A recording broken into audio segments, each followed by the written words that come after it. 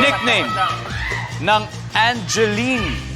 Ang sabi mo, Angge. Hindi ito ang top answer. Hindi yan.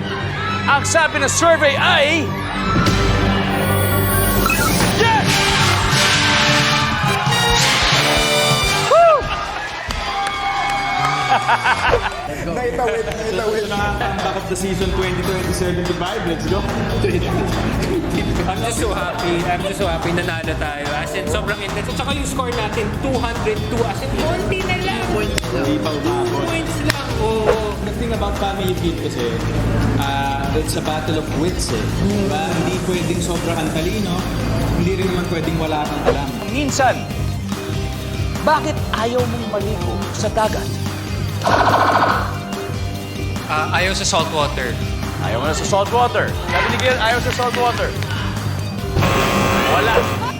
Sobrang sabaw naman yung sagot na yun. Parang ayaw sa salt water. Wow. Ba't ko naisip yun? Kapag nagpaparamdam ang iyong kadate na bored siya, anong gagawin mo?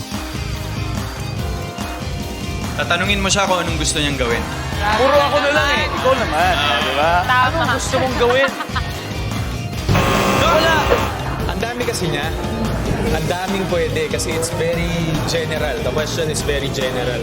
Sabi ko, tatanungin mo siya kung anong gagawin. Pero naisip ko nga, ang vague din ng sagot. Parang, pero anong ang specific?